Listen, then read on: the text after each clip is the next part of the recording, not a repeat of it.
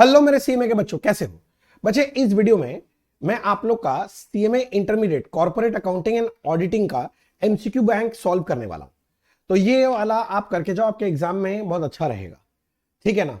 तो मैं फटाफट चालू करता हूं, पर चालू करने से पहले एक बात बता दूं, मैं क्या कर रहा हूं, सबसे पहले एमसीक्यू बैंक से जितना कॉर्पोरेट अकाउंटिंग का क्वेश्चन है पहले वो कर दूंगा, और उसके बाद फिर आप आगे देखोगे तो आपको ऑडिटिंग के भी सारे क्वेश्चंस मिल जाएंगे। तो पहले कॉर्पोरेट अकाउंटिंग कर रहा हूं, तो बीच बीच में जो ऑडिटिंग क्वेश्चन आएंगे ना उसको छोड़ते हुए जाएंगे, पहले कॉर्पोरेट खत्म कर देंगे और उसके बाद फिर ऑडिटिंग भी करेंगे। मेरा बात समझ में आ गया? तो ठीक है, बिना टाइम वेस्ट किए इस वीडियो को शुरू करते हैं। इसको पूरा यूज करना और अपने सारे सीएमए के जितने भी स्टूडेंट्स हैं, जहां आजू बाजू में जितने लोग को जानते हो सबके साथ शेयर कर देना, ये बहुत इंपॉर्टेंट है, ठीक है। चलो, और हाँ, वीडियो अगर अच्छा लगे तो लाइक कर देना, ठीक है, और चैनल सब्सक्राइब नहीं किया तो कर देना। चलो आगे बढ़ते हैं, एक एक करके पढ़ते हैं। पहला क्वेश्चन क्या बोल रहा है, मैं थोड़ा बड़ा कर रहा हूं, नहीं तो पढ़ने में हो सकता है आपको असुविधा लगे। और अगर आपको ये पीडीएफ और ऑडिट का पीडीएफ अगर चाहिएगा तो मैं काम करूंगा, वीडियो के डिस्क्रिप्शन बॉक्स में इसका लिंक दे दूंगा, आप डाउनलोड कर लेना। या फिर एक काम करूंगा, मैं वीडियो जो है ना, वीडियो उसका जो पहला कमेंट है उसमें पिन करके वहां भी डाल दूंगा, तुम डाउनलोड कर लेना, ठीक है। Which of the following is are not characteristics of a company. Characteristic of company नहीं है। तो पहला बोलता है it is a distinct legal entity existing independent of its member. हाँ, ट्रू है। It has a perpetual succession, true है। Shares of a company are freely transferable except in case of private limited company, ये भी true है। कौन सा feature नहीं है वो बोला था, तो डी होना चाहिए। फिर पढ़ लेते हैं, it is a voluntary association of person usually for social upliftment without expecting any profit, ये तो एनपीओ का डेफिनेशन है, तो इसका सही ऑप्शन होना चाहिए ऑप्शन नंबर 4।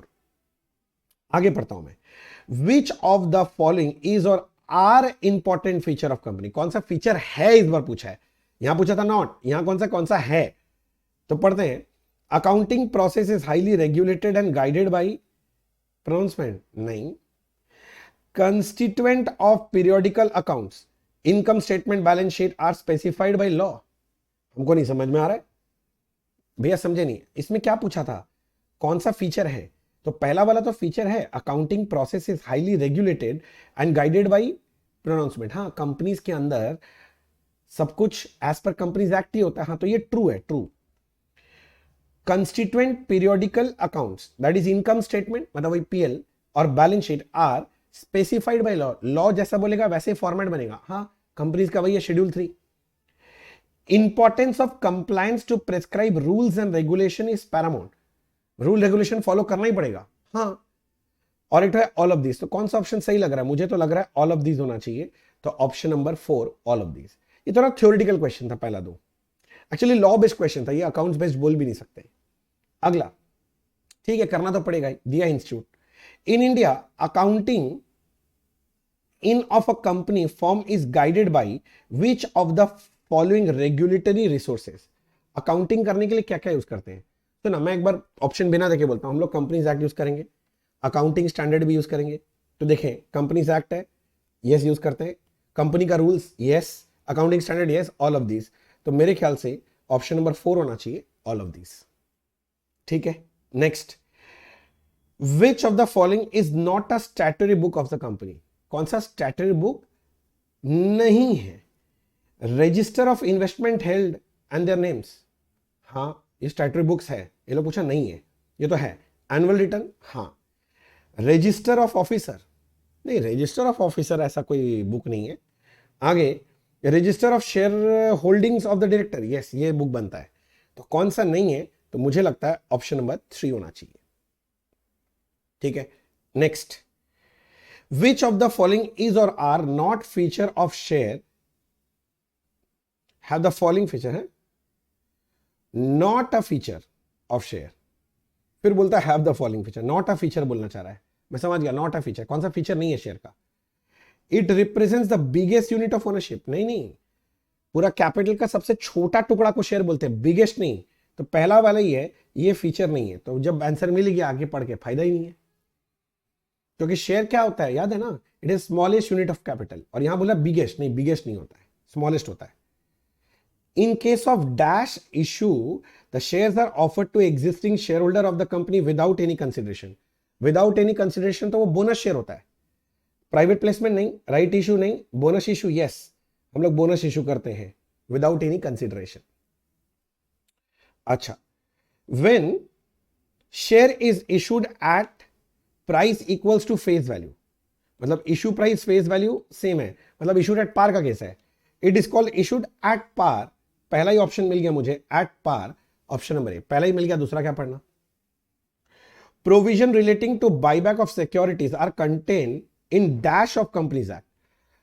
बाईबैक सेक्शन 68 में था, सेक्शन 68, सेक्शन 77 77 है नहीं, सेक्शन 68 बाईबैक पूछा ना, 68।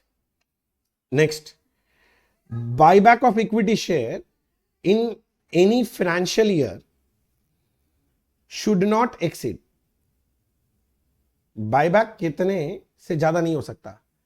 बाईबैक का कंडीशन याद है, सबसे ज्यादा था पहला 25% ऑफ प्रेजेंट शेयर से ज्यादा नहीं हो सकता, 25%, 10% ऑफ नेटवर्थ नहीं, 25 of aggregate paid up capital and free reserve of the company yes, 25% of paid up equity नहीं, ये नहीं है, 25% of aggregate of paid up equity capital and preference नहीं। एक्चुअली 3 कंडीशन था बाईबैक का, तुमको याद होगा तो। पहला था share outstanding test, 25% of present number of share. दूसरा था जिसको रिसोर्स टेस्ट बोलते थे, 25% of paid up capital plus free reserve. तीसरा था debt equity ratio test, shall not exceed twice. तो इसमें जो ऑप्शन लग रहा है ऑप्शन नंबर 2 सही है। ये तो हमारा रिसोर्स टेस्ट था, ठीक है। नेक्स्ट, नंबर 10, कंपनी में purchase its own share or other specified securities out of. खुद का खरीद रहा है, बाईबैक कहां से हो सकता है, तो बोलता है फ्री रिजर्व से बाईबैक हो सकता है, हाँ हो सकता है, सीआरआर बना के। सिक्योरिटीज प्रीमियम, हाँ बना सकते हैं सीआरआर इससे। Proceeds of issue of any share, हाँ हो सकता है। Proceeds of issue of specified securities हो सकता है। तो चारों से हो सकता है, तो या तो ए होगा, या तो बी, या तो सी, या तो D.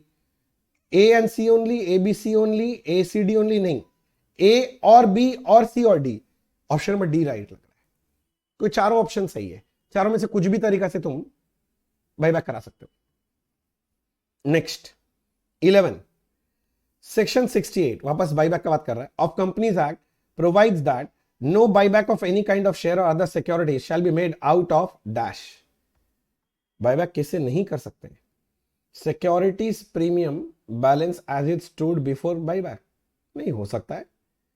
Proceeds of an earlier issue of same kind of share or same kind of other specified नहीं, सेम काइंड नहीं होता है, शेयर ऑफ अदर क्लास बोला है सेक्शन 68 में, सेम काइंड नहीं हो सकता। जब हम लोग बाईबैक करते हैं तो न्यू इशू में कभी इक्विटी शेयर इशू नहीं कर सकते हैं, अदर क्लास होता है, सेम काइंड नहीं होगा, अदर काइंड होना चाहिए। ऑप्शन नंबर 2 सही है, समझ गया।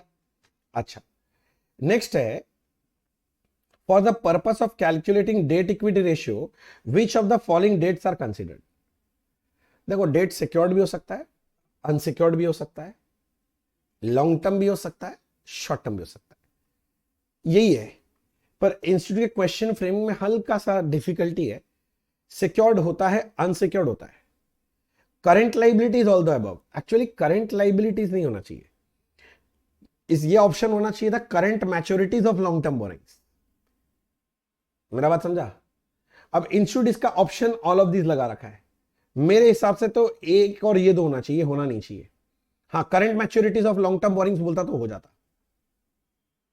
किंतु इंस्टीट्यूट ऑल ऑफ दिस दिया, तो तुम क्या करेंगे एग्जाम में, ऑल ऑफ दिस लगा के आएगा, क्योंकि ये तो ओएमआर में छपेगा ना, ओएमआर तुम सर्कल लगाएगा, इंस्टीट्यूट आंसर डाल रखा होगा डी, और तुम ज्यादा बुद्धि लगाएगा तो कांड हो जाएगा, तुम डी लगा के आना, ऑल ऑफ दिस लगा के आना। नेक्स्ट, अच्छा जी 13 में क्या है, where a company purchase its own share out of free reserve और सिक्योरिटीज प्रीमियम अकाउंट, सीआरआर बना रहा है बाईबैक के बाद, ओन शेयर बोल रहा है, a sum equals to nominal value of the shares of purchase shall be transfer to, क्या बनाएगा, सीआरआर में डालेगा capital redemption reserve, capital redemption reserve है ऑप्शन नंबर 3, सीआरआर बनेगा। No offer of buyback shall be made within a period of record from the date of closure of proceeding of a buyback. एक buyback से दूसरे buyback के बीच में 1 साल का difference होना चाहिए, 1 साल, तो आंसर होगा 1 ईयर। कोई ऑप्शन है 6 months, 1 year, 2 year, 10 months, 1 year, 1 year, 1 साल के बाद कर सकते हैं। मतलब दो बाईबैक के बीच में मिनिमम 1 साल का डिफरेंस होना चाहिए। समझ गया? अच्छा, कहां गया? यहां था।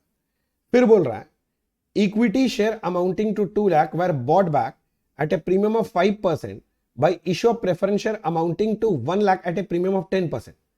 Compute the amount transfer to CRR. सुनो ना, फेस वैल्यू इसका बाईबैक का हो रहा है 2 लाख, उसके बदले न्यू इशू का फेस वैल्यू हो गया 1 लाख, तो 2 लाख में से 1 लाख का कंप्लायंस हो गया, तो सीआरआर कितने का बनाओगे? बैलेंस 1 लाख का बनाओगे, तो आंसर है 1 लाख, ऑप्शन नंबर 1। समझ गया ना? हाँ। नेक्स्ट, आगे क्या बोल रहा है? Amount to be transfer to capital redemption reserve, कितना सीआरआर बनाना पड़ेगा पूछ रहा है। क्वेश्चन देखते हैं। Following are the extract of balance sheet. Equity share capital 10 rupees करके दे रखा है। Securities premium reserve PL bank non trading investment. Company bought back 15,000 share at 40। एक एक शेयर 10 का है, 40 में बाईबैक हो रहा है, तो बाकी 30 प्रीमियम ऑन बाईबैक है। कि तो सुनो ना, 15,000 शेयर बाईबैक कर रहे हो, एक एक शेयर 10 करके, तो लीगल कंप्लायंस तो 150 का करना पड़ेगा।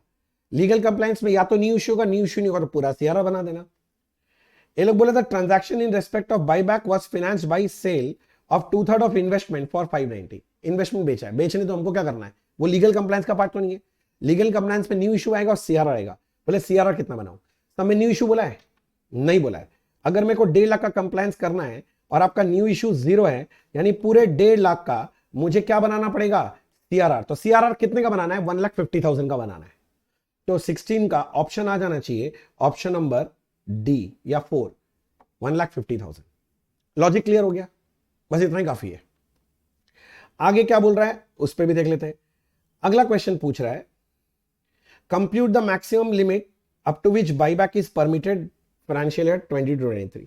ये 2 मार्क्स में दे रहा है। अरे मैक्सिमम परमिसिबल बाईबैक बोल रहा है, तो इसका तो 3 स्टेप है, लंबा चौड़ा हिसाब है। मैं पढ़ता हूं क्वेश्चन में क्या क्या है। Following information is available from the audited balance sheet of TH. क्या क्या दिया है? Equity share capital 3,000 lakh share of 10 करके 30,000। Securities premium GR, secured loan, unsecured loan.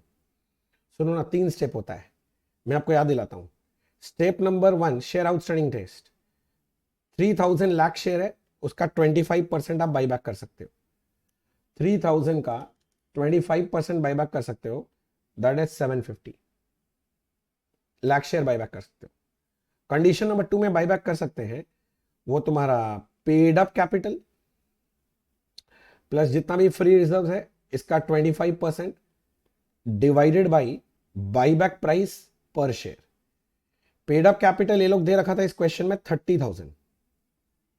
Free reserve में आता है SP GR PL, SP 3,000, GR 10,000, PL है नहीं, तो 13,000।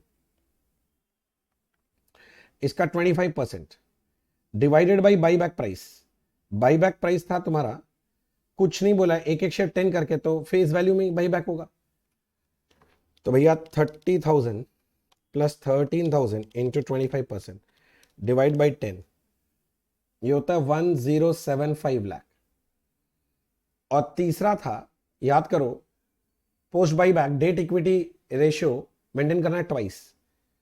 तो इसके लिए लेना चाहिए present equity minus equity to be maintain minus 10x divided by buyback price 10। Present equity मतलब ये वाला portion 30 plus 13,000 that is 43,000 minus 10x divide by 10, ये x है। क्रॉस मल्टीप्लाई करोगे तो ये हो गया 10x, उधर से आएगा तो 10x इक्वल्स टू 43,000। तो x equals to 43,000 divided by 20, 43,000 divide by 20। देख लेते भाई, यही आ रहा है ना? ओ ये तो माइनस करना भूल गया, प्रेजेंट इक्विटी के बाद equity to be maintain minus करना भूल गया मैं, sorry. Equity to be maintain होता है डेट बाई 2। डेट अपना कितना था? 40 प्लस 22, 62 डेट है। डेट में आएगा ना 40,000 और 22,000, तो कितना होगा? 40 और 22 62। तो इसके हिसाब से अगर सॉल्व करूं मैं, प्रेजेंट इक्विटी मेरा है तुम बोला 30 प्लस ये 43, इक्विटी टू बी मेंटेन्ड ही तो 62 है, तो ये तो सॉल्व हो ही नहीं पाएगा, डाइल्यूशन पॉसिबल ही नहीं है, तो ये 0 होना चाहिए। तीनों में से लीस्ट लेना चाहिए, 750, 1075 नील, तो नील बाईबैक होना चाहिए। किंतु ये लोग का क्वेश्चन फ्रेमिंग में गलती है। देखो ये लोग ऑप्शन क्या क्या दिया है, ऑप्शन में 800, 1075, 500 एंड 400 कोई दिया ही नहीं है, तो टेक्निकली गलत है। तो जो आंसर मैच कर रहा है 1075 हम उसी को टिक मार्क लगा दे रहे हैं, पर टेक्निकली ये क्वेश्चन रॉन्ग दिया है। इनका एक ऑप्शन नील होना चाहिए था, सही आंसर नील आना चाहिए। समझ रहे हैं ना? चलो ठीक है, नेक्स्ट। अब कभी कभी, अब तुम बच्चा तुम अकेला कर रहा होगा, तुम तो माथा खराब कर लेगा अगर हम तुमको नहीं बताएंगे गलत है तो। The notice of the meeting at which the special resolution is proposed to be passed relating to buyback of share shall be accompanied by explanatory statement stating, क्या क्या स्टेट किया हुआ होना चाहिए, full and complete disclosure of material facts, yes, फिर law का point दे दिया था, सारा मटेरियल फैक्ट्स बताना पड़ेगा, बायबैक का जो तुम स्टेटमेंट बनाओगे उसके अंदर सब कुछ लिख के बताना पड़ेगा। Next, maximum available for bonus share, bonus share के लिए क्या यूज कर सकते हैं, तो ना बोनस शेयर इश्यू करने के लिए सिक्योरिटीज, सबसे पहले सीआरआर, फिर सिक्योरिटीज प्रीमियम, फिर रिजर्व, तीन चीज यूज होता है। The balance appearing in the books at the year end where, CRR use कर सकते हैं, सिक्योरिटीज प्रीमियम यूज कर सकते हैं, रिवॉल्यूशन रिजर्व नहीं चलेगा। पीएल यूज कर सकते हैं, किंतु पीएल का ही तो डेबिट बैलेंस है, मतलब लॉस है, तो ये यूज नहीं कर सकते हैं। तो कितना यूज कर सकते हैं, 50 + 5 दैट इज 55,000 यूज कर सकते हैं। तो ऑप्शन होगा 55,000, that is option number 2, 55,000। Next 20 dash is the amount of share capital that a company is permitted to issue, that is the amount of share capital that a company is permitted to issue। Company ज्यादा से ज्यादा कितना issue कर सकता है, authorise capital के जितना, तो answer authorise capital option number 2, ज्यादा से ज्यादा कितना इशू कर सकता है। Next 21, when shares are forfeited the share capital account will be debited with, अरे वो एंट्री होता है ना फॉरफिचर का, equity share capital debit, to calls in arrear, to forfeited share. Capital में कौन सा वैल्यू जाता है, called up value, called up, पहला ही ऑप्शन करेक्ट है, कॉल्ड अप वैल्यू, पहला ही ऑप्शन करेक्ट है, called up value. Next, forfeiture of share result in reduction of, share forfeit करोगे तुम्हारा कैपिटल रिड्यूस हो जाएगा, रिडक्शन ऑफ क्या कैपिटल, कौन सा कैपिटल, पेड अप कैपिटल कम हो जाएगा, जो बैलेंस शीट में दिखाता है paid up, paid up, paid up कम हो जाएगा। तो authorise, reserve, paid up, fixed asset है, fix asset, paid up capital. Next, हाँ नेक्स्ट नेक्स्ट नेक्स्ट नेक्स्ट, रुकना नहीं है, फटाफट करना है, खत्म करना है ना जल्दी। अच्छा, शेयर्स आर फॉरफिटेड, ये तो हो गया था। हाँ, shares can be forfeited, share कब फॉरफिट होता है, जब शेयर होल्डर अपना कॉल मनी नहीं देता था, फॉरफिट होता है।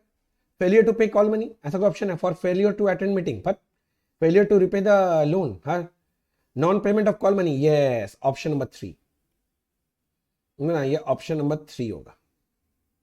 कॉल मनी नहीं देगा तो फॉरफिट हो जाएगा, कॉल मनी नहीं देगा तो फॉरफिट हो जाएगा, ठीक है। नेक्स्ट क्या बोल रहा है, redeemable preference share 1 lakh are redeem at a premium of 5%, redeem हो रहा है 5% प्रीमियम के, तो लीगल कंप्लायंस तो 1 लाख का करना है।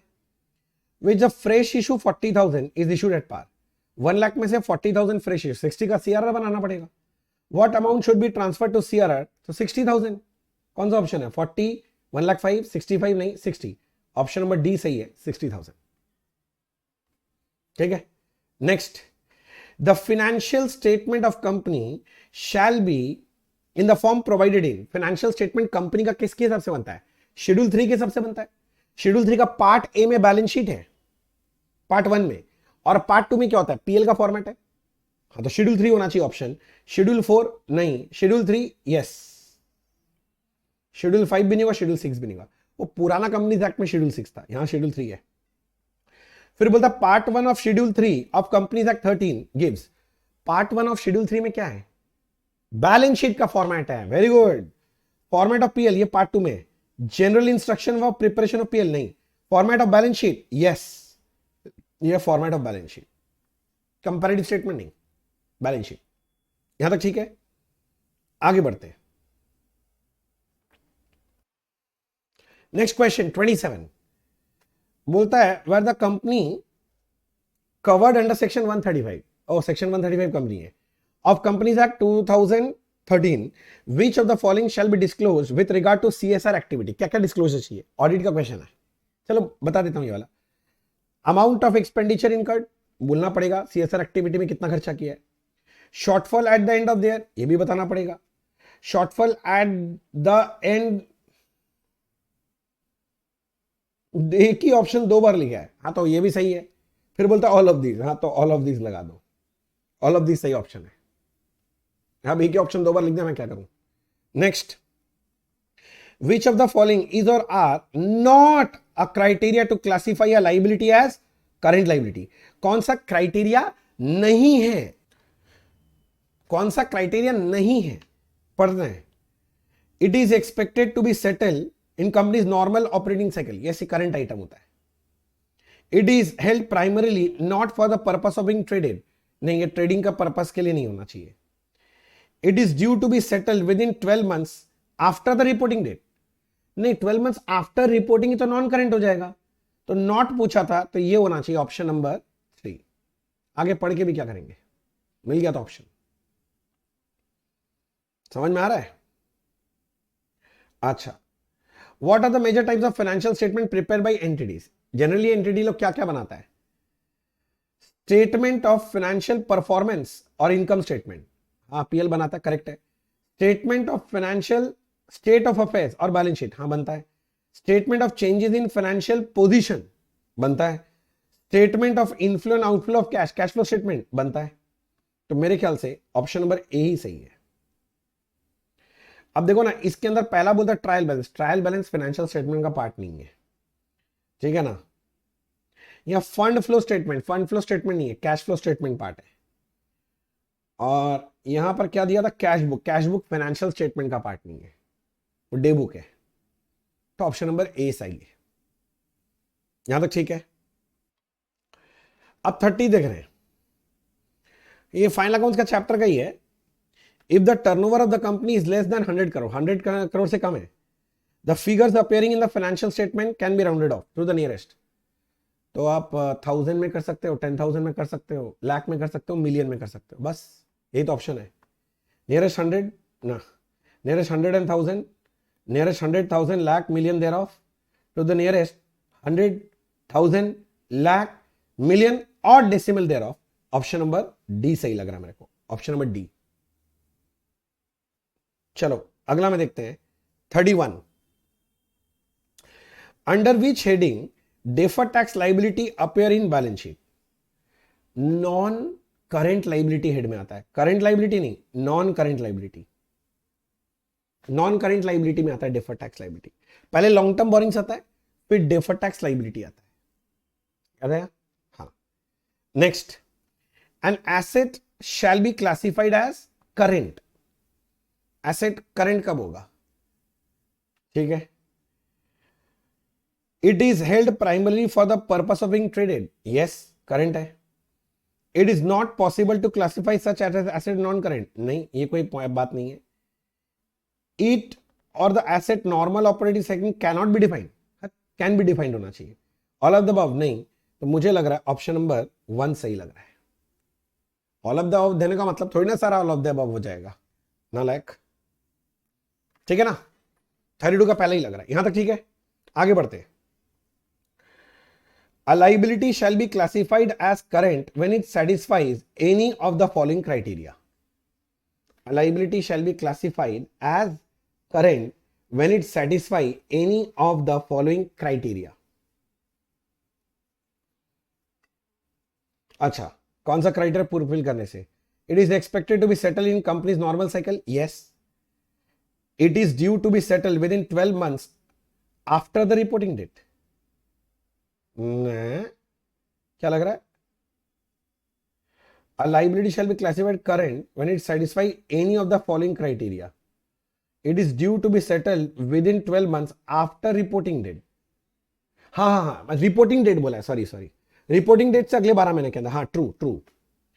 The company does not have an unconditional right to defer settlement of liability of at least 12 months after the reporting date. हाँ, मतलब 12 महीने के अंदर अंदर पेमेंट करना पड़ेगा। यस, तो ऑल ऑफ दीज ऑप्शन मुझे सही लग रहा है, ऑल ऑफ दीज। ठीक है, next, which of the following appear under the heading reserves and surplus in balance sheet. Reserve and surplus में क्या आएगा? शेयर ऑप्शन आउटस्टैंडिंग अकाउंट, हाँ ये आता है, ईसॉप का है share outstanding. Share application pending allotment नहीं। लॉन्ग टर्म प्रोविजन नहीं आता है। Share application money due for refund नहीं। तो मेरे को लगता है ऑप्शन नंबर 1 ही सही है, ईसॉप्स का पार्ट है ये। चलो ठीक है, पूछ लिया, ये पूछ लिया, ये देख लेना, मेरे को लगता है ये आ जाएगा एग्जाम में। In the balance sheet bank overdraft will be shown as liability under the heading. Short term borrowings में दिखा दो, क्या दिक्कत है? ये लो शॉर्ट टर्म बोरिंग्स ऑप्शन। अच्छा, in balance sheet call in arrear will be shown, paid up capital से लेस करके दिखाओ। Liability side, asset side, asset और लाइबिलिटी, नन ऑफ दिस। तो लाइबिलिटी साइड में आएगा, पेड अप कैपिटल से less. Capital कहां दिखाते हैं भाई? लाइबिलिटी साइड में। अच्छा, बोल रहा है Futura had the following items of reserve and surplus in balance sheet as on 31 March. Securities premium 80, हाँ तो रिजर्व का पार्ट है 80, कैलकुलेटर में लिख लिया मैंने 80। कैपिटल रिजर्व 60, ये भी रिजर्व एंड सरप्लस का पार्ट है। जनरल रिजर्व 90, ये भी रिजर्व एंड सरप्लस का पार्ट है। The company had accumulated loss 250 on the same date, loss 250 दिखा रहा है। अच्छा, रिजर्व एंड सरप्लस कितना तुम दिखाओगे, तुमसे यही पूछ रहा है। तो नियम यह है, सारा रिजर्व जोड़ लेना, अगर कोई लॉस है तो रिजर्व से लेस करके दिखाया जाएगा। तो तुम ये सारा जोड़ लेगा और ये लॉस माइनस करेगा, तो आंसर आ रहा है -20। तो तुम रिजर्व एंड सरप्लस कितना शो करोगे? -20। लॉसेस अब अलग से बैलेंस शीट में नहीं दिखाया जाता। -20 अगर कोई ऑप्शन है तो उसको टिक मार्क लगा। ठीक है, next 38, in the notes to accounts a contingent liability shall be classified as. Contingent liability क्या है, कौन सा क्या है? Claims against company not acknowledge as date, ये कंटिंजेंट लाइबिलिटी है। गारंटीज कंटिंजेंट लाइबिलिटी है। Other money for which company is contingent liability, ये भी कंटिंजेंट लाइबिलिटी है। ऑल ऑफ दीज यस, तो मेरे ख्याल से ऑप्शन होना चाहिए all of these. Clear, next. तुम लोग कर रहे हैं ना, सब समझ में आ रहा है? एक बार कमेंट बॉक्स में लिख देना तो समझ में आ रहा है कि नहीं आ रहा है तुम लोग को। तो थोड़ा सा हम लोग को भी थोड़ा सा भरोसा होता है ना। ठीक है, और ये वीडियो हेल्पफुल है कि नहीं ये भी बताना। इस वीडियो को अपना सारा सीएमए का दोस्त लोग का शेयर करना पड़ेगा, नहीं तो पाप लगेगा तुमको। क्योंकि लास्ट मिनट किसी का भला हो जाएगा, बेचारा बच्चा पास हो जाएगा। लास्ट मिनट मैं भी मेहनत इसीलिए कर रहा हूं, नहीं तो मेरे को क्या फर्क पड़ता है बताओ। ठीक है, चलो आगे। In case of purchase of asset under instalment payment system, instalment due after 12 months from reporting date are shown as, ये तो लॉन्ग टर्म उसमें आ जाएगा। नॉन, हाँ लॉन्ग टर्म लाइबिलिटी है, non current liability. Long term मतलब current, current asset, non current liability, non current asset. अरे liability है, लॉन्ग टर्म है, तो नॉन करेंट लाइबिलिटी में दिखाएगा। वही तो मैं बोल रहा हूं, नॉन करेंट। और जो 12 महीने के अंदर अंदर पेमेंट करना है वो करेंट लाइबिलिटी का पार्ट है। एज पर शेड्यूल 3, मतलब इस बार शेड्यूल 3 बैलेंस शीट पीएल से भर भर के क्वेश्चन बनाए हैं लोग, बढ़िया है। As per Schedule 3 of Companies Act 13, while preparing the financial statement, in case of finance company, interest received from borrower should be shown under. क्या बोला तुम, सुना नहीं? शेड्यूल 3 के हिसाब से बोल रहा है, while preparing financial statement, PL balance sheet बना रहे हैं। इन केस ऑफ फिनेंस कंपनी, ये फिनेंस कंपनी ध्यान रखना, तो इसके लिए जो इंटरेस्ट इनकम है वो अदर इनकम नहीं है, रेवेन्यू फ्रॉम ऑपरेशन होता है। इंटरेस्ट रिसीव फ्रॉम बोरोवर, इसका धंधा है भाई। इंटरेस्ट जो आएगा रेवेन्यू फ्रॉम ऑपरेशन आएगा। कहां जाएगा? Revenue from operation. तो ये होना चाहिए option number A, revenue from operation. अगर ये फाइनेंस कंपनी नहीं बोलता, मान लो फाइनेंस कंपनी नहीं बोलता, तब इसको तुम कहां शो करता? Other income. ये वाला जो हेड है ना, अदर इनकम, वहां शो करते थे। क्योंकि ये ब्लफ कहां किया? फाइनेंस कंपनी बोल के। ठीक है, थोड़ा ध्यान रखना इस बात का। Inventories are valued at lower of dash और नेट सेल्स वैल्यू। कॉस्ट और एनआरवी, कॉस्ट है, cost, fair value, historical cost. ये लो, ये तुम्हारा वो इंडेस 2 का क्वेश्चन है, अकाउंटिंग स्टैंडर्ड 2, इंडेस बोलना चाहिए तुम्हारा, तो इसमें इंडेस है ना। अच्छा, the amount of calls in advance not yet adjusted till balance sheet date is shown under dash under the head current liabilities. हाँ, करेंट लायबिलिटीज में कहां दिखाओगे? एडवांसेस में दिखा देना, short term loans and advances में नहीं, short term loans and advances में थोड़ी दिखाते हैं, ये तुम्हारा अदर करेंट लायबिलिटी हेड में दिखाते हैं। सॉरी, मैं गलत बोल दिया, मेरा मिस्टेक है, मैं हाथ जोड़ता हूं। ये कॉल्स इन एडवांस है ना, तो कॉल्स इन एडवांस टाइम से पहले पैसा मिल गया तो लायबिलिटी है। ये करंट लायबिलिटी, करंट लायबिलिटी में कहां जाएगा? अदर करंट लायबिलिटी, इसका कोई हेड तो होता नहीं है, तो other current liability. Other current liability inventory, trade receivable, payable नहीं, अदर करंट लायबिलिटी। ठीक है, sorry. Next, proposed dividend is treated as a dash and is shown as a deduction in reserve and surplus. Proposed dividend is treated as a dash and is shown as a deduction in reserve and surplus. देखिए question ना पुराना छापा है कहीं से, क्योंकि अगर तुम लोगों को ठीक से पढ़ा है तो जो प्रपोज डिविडेंड है आज के दिन में बुक्स में रिकॉर्ड होता ही नहीं है, because propose dividend is not a liability, वो लाइबिलिटी है ही नहीं। अगर लाइबिलिटी है ही नहीं तो इसको फाइनेंशियल स्टेटमेंट में दिखाया ही नहीं जाता। तो ये लोग बोलता भैया क्या है, तो इसको बोल सकते हो कंटिंजेंट लाइबिलिटी, देना पड़ भी सकता है नहीं भी पड़ सकता है, तो काइंड ऑफ कंटिंजेंट लाइबिलिटी बोल सकते हो। Current asset, current liability, none of this नहीं, तो कंटिंजेंट लाइबिलिटी बोलो, क्योंकि अभी लाइबिलिटी बनानी, देना पड़ भी सकता है नहीं भी पड़ सकता है। डिपेंड करता है कि एजीएम में शेयर होल्डर अप्रूव करेगा कि नहीं करेगा। अप्रूव करेगा तो दे देंगे, नहीं करेगा तो नहीं देंगे। एक्चुअल लाइबिलिटी तो नहीं है, कंटिंजेंट बोल सकता है। Yes. Next, cash receive from disposal of share is classified as, मतलब ओ शेयर बेच के जो पैसा है, cash receive from disposal of share, मैं शेयर खरीद के रखा था उसको बेच दिया, शेयर खरीद के रखा था इन्वेस्टिंग एक्टिविटी, बेचा तो भी इन्वेस्टिंग एक्टिविटी, तो sale of shares investing activity होता है, तो ये है investing activity. Cash flow statement का क्वेश्चन है। The main difference between direct and indirect method is to calculate the operating activity. बाकी तो सब चेंज हो जाता है, सेम हो जाता है, सिर्फ ऑपरेटिंग में चेंज होता है, डायरेक्ट इनडायरेक्ट। कैश फ्लो में इन्वेस्टिंग, ऑपरेटिंग, ऑपरेटिंग में चेंज है और कहीं चेंज नहीं है, ये तो पता ही है सबको। अच्छा, what is or are objective of preparing cash flow statement? Cash flow statement बनाने का ऑब्जेक्टिव क्या है? मूवमेंट ऑफ कैश को चेक करना, कैश का इनफ्लो आउटफ्लो देख लेते हैं, और भी हो सकता है। To determine ability of entity to generate cash and cash equivalent, हाँ। To meet the needs of entity to utilise cash flow, हाँ। To ascertain gross inflow and outflow cash, हाँ। ऑल ऑफ दिस, हाँ, all of this, सारा ही सही लग रहा है। Cash flow बनाने से सारा बेनिफिट मिलता है, ऑल ऑफ दिस।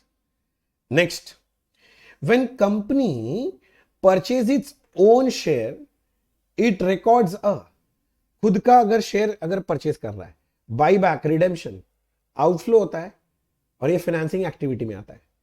ये कैश इनफ्लो, इनफ्लो नहीं आउटफ्लो होता है इसमें, आउटफ्लो यस, बाकी देख के क्या ही करेंगे, पैसा जाएगा, आउटफ्लो मिल गया ऑप्शन।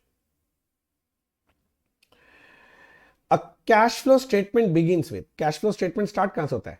पहले ऑपरेटिंग एक्टिविटी, फिर इन्वेस्टिंग, फिर फाइनेंसिंग, तो स्टार्ट होता है ऑपरेटिंग से। इन्वेस्टिंग एक्टिविटी नहीं, ऑपरेटिंग एक्टिविटी यस, ये ऑप्शन होगा ऑपरेटिंग एक्टिविटी। समझ में आ रहा है? अच्छा, फिर बोल रहा है which of the following item is not considered as cash equivalent. Cash equivalent याद है ना, जो 3 महीना के अंदर अंदर कैश में कन्वर्ट किया जा सकता है, जिसको मार्केटेबल सिक्योरिटीज बोल सकता है, शॉर्ट टर्म इन्वेस्टमेंट भी तुम बोल सकते हो, राइट, टेम्पररी इन्वेस्टमेंट्स, ये सब।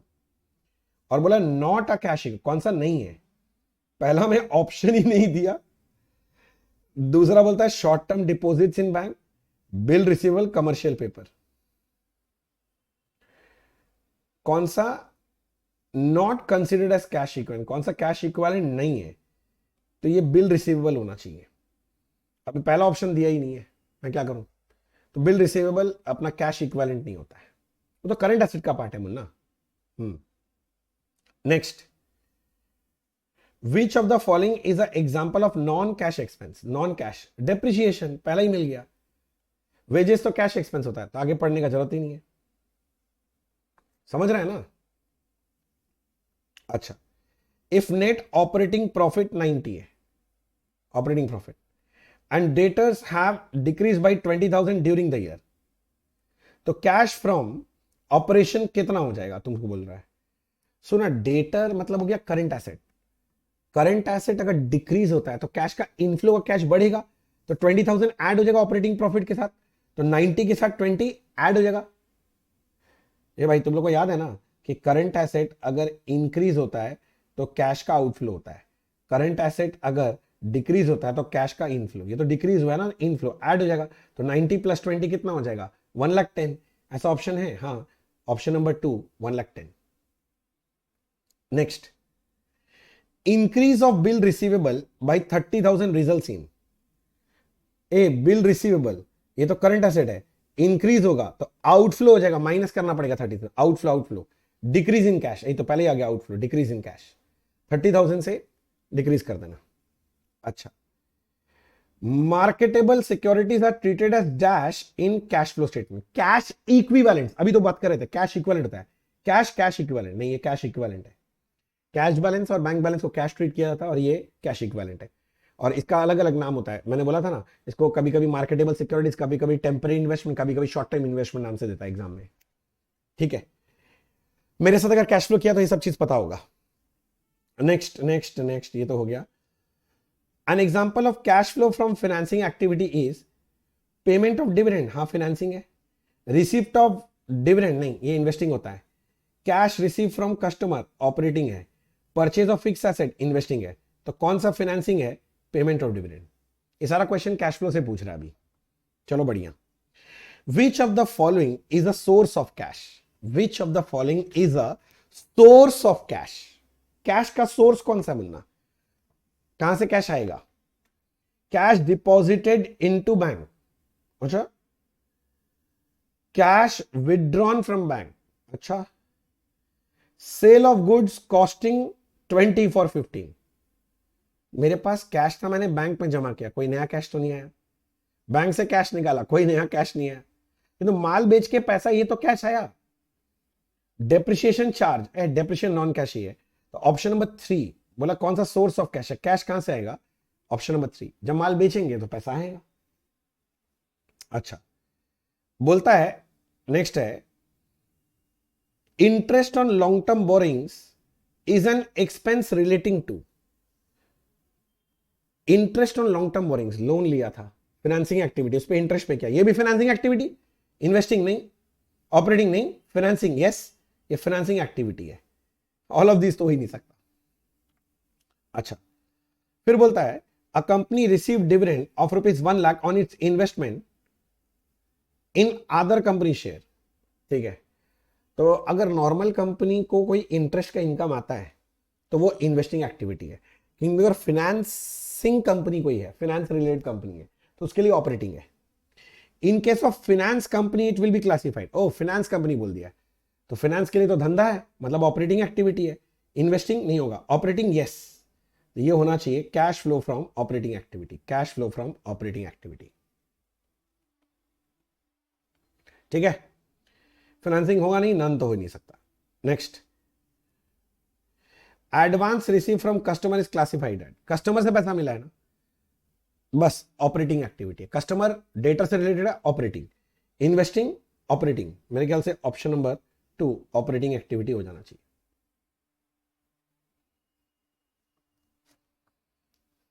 अच्छा, नेक्स्ट, इस तरह का तो अपने लोग भर भर के किए थे, याद करो। अच्छा, M acquired assets of the company through issue of share is classified as, asset खरीदने शेयर दिए, कैश फ्लो स्टेटमेंट में आएगा ही नहीं, आएगा ही नहीं, क्योंकि इसमें ना कैश आ रहा है ना जा रहा है। एसेट आया, उसके बाद शेयर चला गया, no movement of cash, cash flow statement में नहीं आता ये आइटम। बोलता कैश फ्रॉम इन्वेस्टिंग नहीं, ऑपरेटिंग नहीं, फाइनेंसिंग नहीं, नन ऑफ दिस यस, तो ये होगा none of this.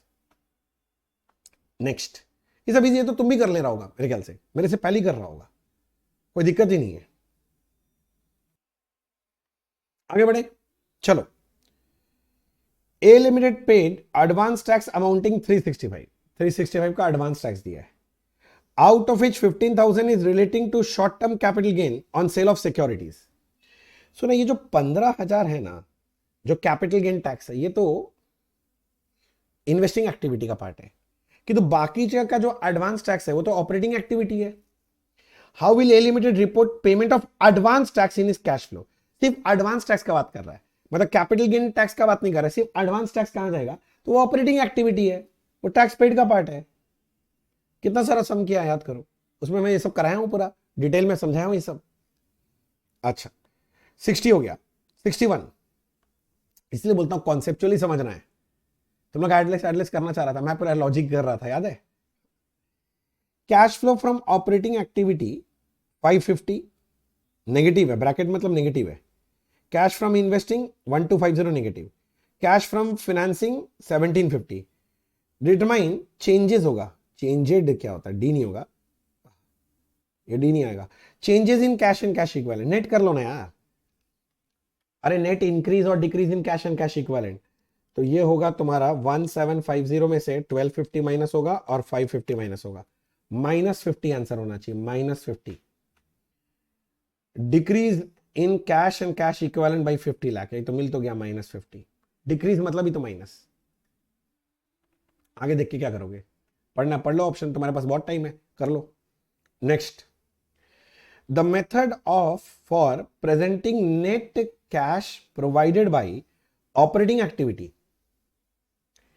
The method for presenting net cash provided by operating activity that starts with net income and adjusted for item that affect the period affected reported net income but does not affect cash is called.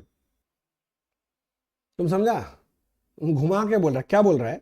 The method, मतलब cash flow statement का वो कौन सा method है जिसमें for presenting net cash provided by operating activity तुम निकालता कैसे? That start with net income, net profit से स्टार्ट करते हो और बाकी आइटम एडजस्ट करते हो। नेट प्रॉफिट से डायरेक्ट मेथड में स्टार्ट करते हो कि इनडायरेक्ट? इनडायरेक्ट, तो वही पूछ रहा है कौन सा मेथड है, तो इनडायरेक्ट मेथड है भाई, बस। डायरेक्ट मेथड नहीं, वर्किंग कैपिटल मेथड, ये कौन सा मेथड है? इनडायरेक्ट मेथड, यस, ये ऑप्शन होगा इनडायरेक्ट मेथड। ऐसे घुमा घुमा के पूछता है ना, कभी कभी घबरा जाते हैं हम भी।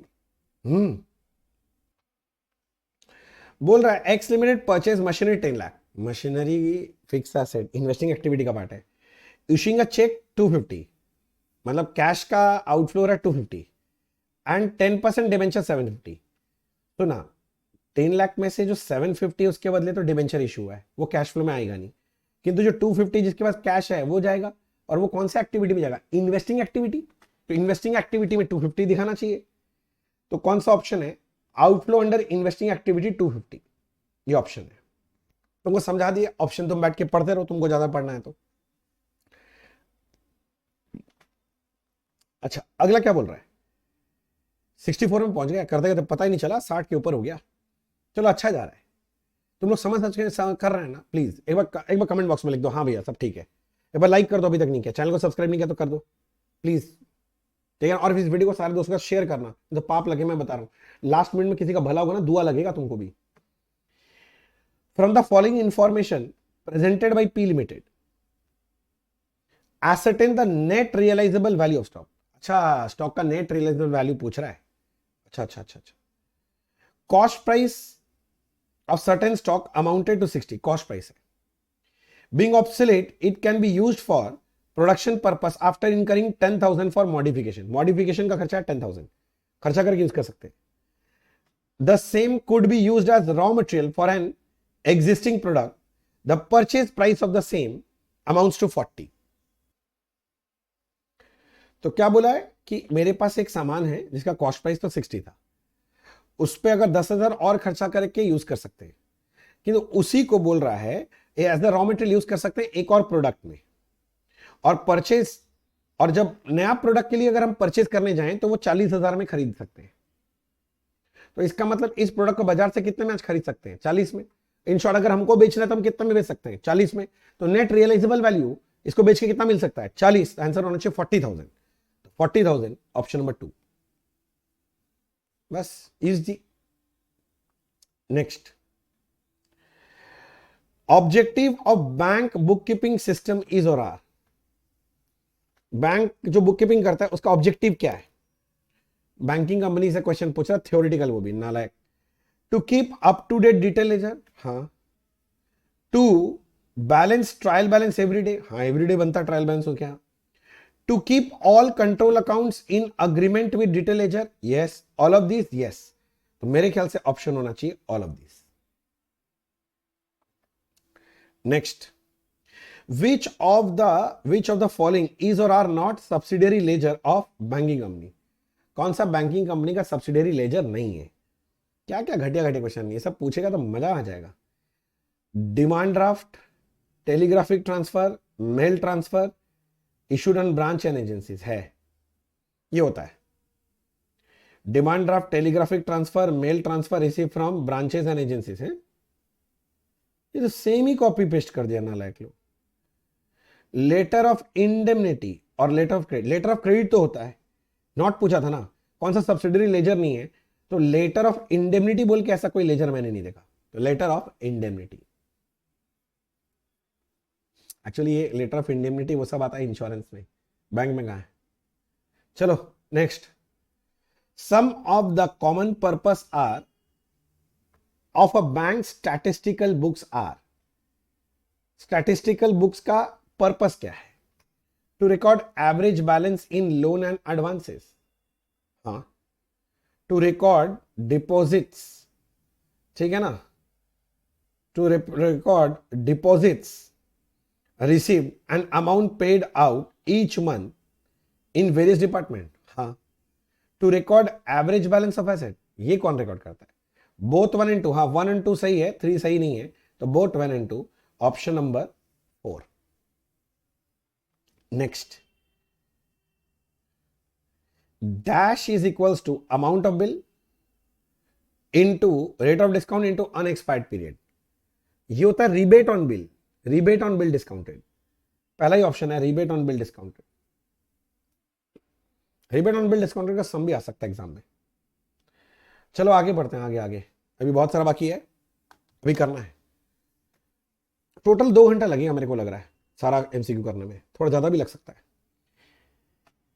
The status of securities and the value of such securities must be mention by every bank in schedule.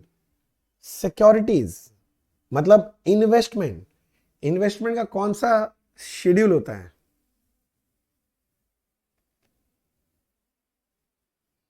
बोलो शेड्यूल नंबर कौन सा होता है?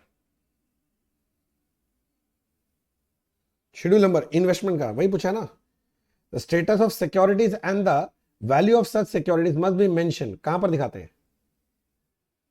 ओ नहीं नहीं नहीं नहीं, वो इन्वेस्टमेंट्स का बात नहीं कर रहा है, सिक्योरिटीज का स्टेटस। अरे वो एडवांसेस में दिखाते हैं ना कि इतना सिक्योर्ड है, इतना अनसिक्योर्ड है, वो उसका बोल रहा है। वो कहां दिखाते हैं? वो शेड्यूल नंबर 9। जो लोग मेरे साथ किया, मैं इसको हीरो बोलता हूं, तू मेरा हीरो, मैं ऐसे गाना गाया था, याद है? हीरो हीरो, वही हीरो का बात कर रहा है। तो ये 9 है, 9, 2 4 7 9, तो ये 9 होगा एडवांसेस का। ऐसे आता है, मैंने सीआरडीबीओ सीबीआई ने मिस्टर ए को बोला, याद है ना शॉर्टकट, CRDBO CBI ने मिस्टर ए को बोला ए, तो ये कितना नंबर हो गया? 9 एडवांसेस। चलो ठीक है, इसके बाद वाला क्वेश्चन तो बहुत कॉमन क्वेश्चन है, प्लीज करके जाना, आता है बहुत बार एग्जाम में। The electricity act 2003 replaced which of the following erstwhile existing legislation. मतलब अभी जो नया इलेक्ट्रिसिटी एक्ट अभी चल रहा है 2003, वो कौन से पुराने एक्ट को हटा के बना है? Indian electricity act 1910, yes. Electricity supply act 1948, yes. The electricity regulatory commission act 1998, yes. तो ऑल ऑफ दिस हो जाना चाहिए, तो मेरे ख्याल से ये होता है ऑल ऑफ दिस। ये सब जो क्वेश्चन बनाया ना, ये तो ठीक है, और ये सब थ्योरेटिकल टाइप जो बनाया ना, फालतू है। इसके बाद वाला देखो क्या बोल रहा है, फालतू question. Which of the following is are main feature of electricity act? इसका मेन फीचर क्या है? The activities like generation, transmission and distribution of power have been separately identified, yes, ये है। फिर बोलता है power generation has partially been delicense है। 20% of power supplied by supplier and distributed to consumer has to be generated using renewable and non-conventional resource energy, but metering of all electricity supply has been made optional. पागल है क्या? Metre तो पूरा 100% का रखना पड़ेगा, या फ्री में ही दे रहा हूं तुम किसी को बिजली। तो ऑप्शन नंबर ए होना चाहिए। मैं बोलता हूँ फालतू क्वेश्चन है ये सब, क्या पूछने का मतलब है सर? चलो हमको क्या है, दे रहा है इंस्टीट्यूट, करना पड़ेगा। The central commission shall consist of which of the following member. Central commission में कौन कौन से मेंबर रहेंगे? Chairman and 3 member. पढ़ाया था इलेक्ट्रिसिटी में। यस यस रहेंगे। The chairman of authority who shall be member of ex officio. Yes yes. Both 1 and 2। Yes yes. None of them. No no. तो बोथ 1 and 2 दोनों जन रहेंगे। Chairman रहेगा, 3 तो मेंबर रहेगा, और चेयरमैन ऑफ आपका ex officio. Right. Next, rate of provisioning for advances doubtful debt more than 1 year but less than 3 year। 25, 40, 100 था, तो 40 होना चाहिए। और अगर सिक्योर्ड है तो 40। यह एजम्पशन है कि ये लोग सिक्योर्ड है। ये लोग यहां पर सिक्योर्ड नहीं बोला था, क्योंकि अगर अनसिक्योर्ड होगा और डाउटफुल पीरियड में चला गया अगर वो, तब तो 100% बन सकता है ना। ठीक है, मैं समझ गया इसका भावना। Which of the following is the principle of insurance. क्या प्रिंसिपल ऑफ उबर मैरी क्या था ना बोला, प्रिंसिपल ऑफ इंडेमनिटी, हाँ होता है। इंश्योरेबल इंटरेस्ट होता है। प्रिंसिपल ऑफ, यही बोल रहे थे, उबरी में ही फिदे। मेरे को प्रोनाउंसिएशन करने में तकलीफ होता है कभी कभी ये वाला। हाँ, उबर में ही फिदे। हाँ, ये सारा ही राइट लग रहा है। ऑल ऑफ द अबव, हाँ करेक्ट है। ये क्वेश्चन भी काफी बार पूछता है, ये ठीक से करके जाना। अच्छा, rate of provision on advance doubtful for more than 3 years। More than 3 years के लिए तो 100% है। 100%। ये रहा भाई, ये डाउटफुल का ये प्रोविजन वोविजन पढ़ के जाना, सम भी आता है, बैंकिंग में था भाई, याद नहीं है? अच्छा, which of the following is not a mandatory financial statement of general insurance company as per IRDAI। कौन सा मैंडेटरी नहीं है? रेवेन्यू बनाना पड़ता है भाई, मैंडेटरी है। PL बनाना पड़ता है, बैलेंस शीट बनाना पड़ता है, कैश फ्लो नहीं, ये मैंडेटरी नहीं है इन लोग के लिए। बनाना चाहे बना ले, नहीं तो मैंडेटरी नहीं है, एग्जेम्प्टेड है।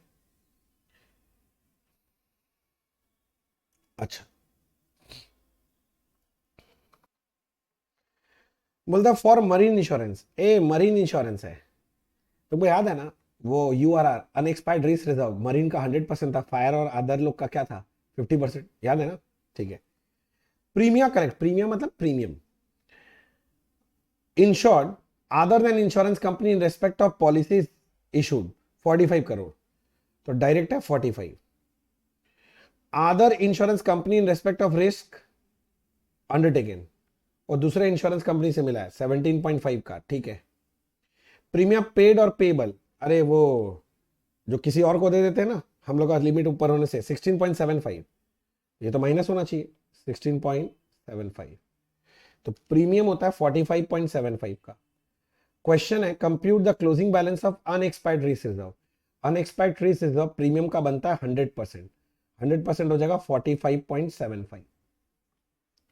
समझ गया?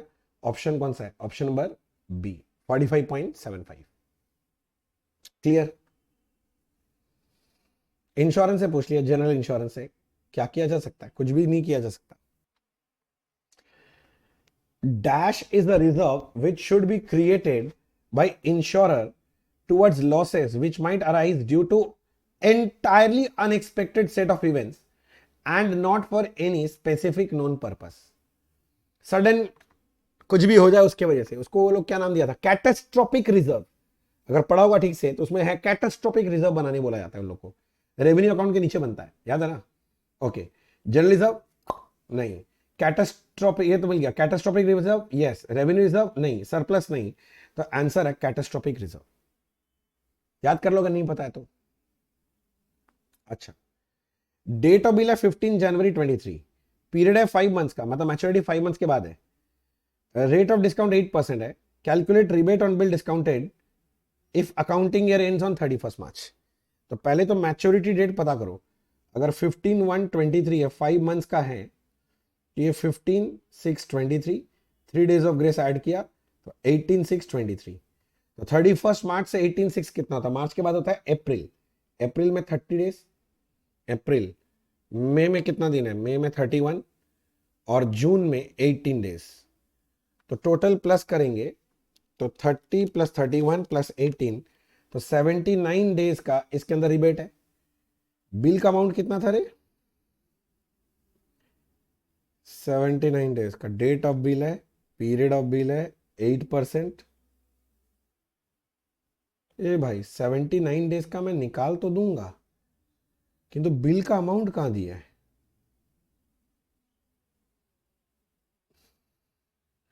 बस ये दे दिया है। पगला लोग बिल का अमाउंट ही नहीं दिया है। क्वेश्चन में मिसिंग है बिल का अमाउंट, ये नहीं दिया तो मैं कैसे निकालूं? होना क्या चाहिए आपको? बिल का अमाउंट लेना चाहिए इंटू 8% इंटू 79 डेज निकाले थे, 79/365 करने से आंसर आ जाना चाहिए। बट क्वेश्चन में मिस्टेक है मुन्ना, ये लोग बिल का अमाउंट दिया ही नहीं है। समझ रहा है? यहां तक कोई दिक्कत? चलो आगे बढ़ते हैं। Information provided by general purpose financial reporting R S follows. General purpose financial reporting में क्या क्या इंफॉर्मेशन होता है? इकोनॉमिक रिसोर्सेज के बारे में रहता है, हाँ। क्लेम अगेंस्ट एंटिटी लाइबिलिटीज के बारे में रहता है, हाँ। Changes in economic resources, yes. All of this, yes. तो ऑल ऑफ दिस होना चाहिए सारा। Next, which of the following does not encompass enhancing qualitative characteristics? Qualitative characteristics, comparability होता है, वेरीफाइबिलिटी, यूनिफॉर्मिटी, अंडरस्टैंडेबिलिटी। तो ये होना चाहिए यूनिफॉर्मिटी, यूनिफॉर्म। अच्छा, फिर बोल रहा है dash measures provide monetary information about asset, liability and related income expense using information updated to reflect condition at measurement date. Monetary information पता चल जाता है हिस्टोरिकल कॉस्ट से, current value, notional value, net realisable value. समझा? कौन सा major, cost को कैसे मेजर करें, इसे मॉनिटरी इंफॉर्मेशन मिलता है, asset, liability, income, expense, using information updated to reflect condition on measurement date. Condition on measurement date means balance sheet date का दिन वैल्यू पता करना है। वो कौन सा वैल्यू होता है? करंट वैल्यू, आज का value, current value. Historical cost तो पुराना है, आज का वैल्यू मांग रहा है। ये keyword measurement date, measurement date मतलब सीधा बात है balance sheet date. Balance sheet date के दिन का वैल्यू, आज का वैल्यू चाहिए तो करंट वैल्यू पता करो। Next, a complete set of financial statement comprises which of the following. Financial statement में क्या क्या आता है? Balance sheet as at the end of the period आता है, statement of changes in equity आता है, बोथ 1 and 2 हो सकता है, स्टेटमेंट ऑफ फंड फ्लो नहीं, कैश फ्लो था, फंड फ्लो नहीं होता है, तो 1 and 2 होना चाहिए। ठीक है, नेक्स्ट बोल रहे हैं from the following information presented by P ascertain the net realisable value. ये वही वाला क्वेश्चन लग रहा है, अभी ऊपर पढ़े थे।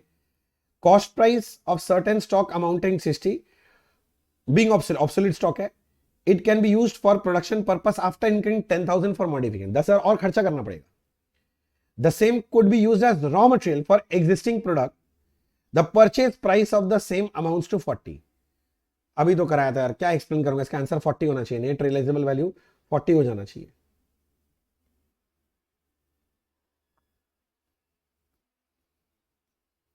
ठीक है ना?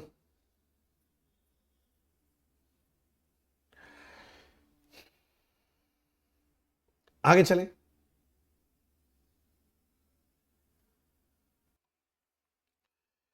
Z85 कर रहा हूं। Z company limited purchase goods at a cost of 40 lakh in October, 40 lakh में खरीदा। Till March 22 75% of stock sold, 75 sold हो गया तो अनसोल्ड कितना बचा है? 25%। तो 40 का 25% माल बचेगा, मतलब 10 लाख कॉस्ट का माल बचा हुआ मेरे पास, 10 lakh cost cost cost. The company wants to disclose closing stock at 10 lakh, वो कॉस्ट प्राइस है, किंतु डिस्क्लोज होता है कॉस्ट और NRV whichever is lower. The expected sale value is 11 lakh and commission 10% on sale, तो सेलिंग एक्सपेंस माइनस करना चाहिए NRV निकालने के लिए, पेबल टू द एजेंट। तो भैया मेरा नेट रियलाइजेबल वैल्यू 9.9 लाख है, तो कॉस्ट एट 10 और एनआरवी 9.9 है, विच एवर इज लोअर, 9.9 में क्लोजिंग स्टॉक को दिखाना चाहिए, तो आंसर है 9.9 लाख, 9,90,000। कौन सा ऑप्शन है? Option number 2, 9,90,000। कॉस्ट और NRV whichever is lower. हो गया, ठीक है जी। अगला क्वेश्चन देखें, ये तो हो गया भाई, इसको हटाओ। ओ इंडेस 19 का क्वेश्चन पूछ रहा है। Ind AS 19, Mr X is an employ of ABC, ठीक है, हिज एनुअल सैलरी 50 लाख, साल भर का। The company allows 300 working days policy. सुना, एक साल में अगर 15 लाख सैलरी है, 300 दिन काम करेगा तो एक दिन का सैलरी कितना है, डिवाइड बाई 300, वन डे का सैलरी। आगे बोलता है as per the policy of the company Mr X is entitled to leave 10 days for 20 to 23। तो 20 to 23 उसको 10 दिन का लीव अलाउड हुआ है, अलाउड। ही हाउएवर यूटिलाइज 8 डेज लीव, 8 दिन अवेल भी कर लिया, अवेल कर लिया तो छोड़ दो, तो अनअवेल्ड कितना है 2। इसी का कहानी है सब कुछ। The unutilised leaves are not allowed to be carry forward but are to be settled by way of payment. अच्छा, कैश पेमेंट करने को बोल रहा है सेम डे, तो 2 दिन का पेमेंट कर दो इसको, और क्या, एक दिन का इतना है तो 2 दिन का पेमेंट करना पड़ेगा। Compute the amount to be paid for unutilised leaves, तो बस इसी को निकाल लो, कितना आ रहा है 10,000। तो answer option number B 10,000, option number 2 10,000। Easy question था, इसको आप डिफिकल्ट नहीं बोल सकते। ठीक है, आगे बढ़ा जाए। चलो चलो चलो चलो चलो चलो चलो चलो चलो आगे बढ़ते हैं। बोल रहा है 1422 बी लिमिटेड है 3600 ऑर्डिनरी शेयर आउटस्टैंडिंग। तो भैया मैं यहां पर लिख रहा हूं 1422 से पता नहीं 3600 शेयर था। ऑन 31/3 इट इशू 1200, और यहां से लेके 31/8 तक, तो 31/8 के बाद होगा 19 से लेके 1200 शेयर और इशू हो गया, मतलब ये 4800 शेयर बन जाएगा। ऑन 31/1 इट बॉट बैक, तो 31/1 तक, तो 1 फरवरी से लेके बॉट बैक कितना हो गया 600 कम हो जाएगा तो 4200 शेयर हो जाएगा। ईयर के एंड तक तो 31/3, कितना महीना पहला वाला 4 5 6 7 8 5 मंथ्स, तो 5/12 ये होगा 9 10 11 12 1 5 मंथ्स, और ये होगा 2 मंथ्स 2/12। वेटेड एवरेज मांगा था ना, मैं देख लिया था, यहां पर देखो calculate weighted average number of share मांगा है, तो ये हो जाएगा 3600 इंटू 5/12 1500। नेक्स्ट वाला है 4800 इंटू 5/12 दैट इज 2000, और ये आ रहा है 4200 into 2/12 that is 700। Total plus कर लो 700 2000 और 1500 4200। वेटेड एवरेज होगा 4200, ऐसा कोई ऑप्शन है, पहला ही ऑप्शन है 4200। हो गया।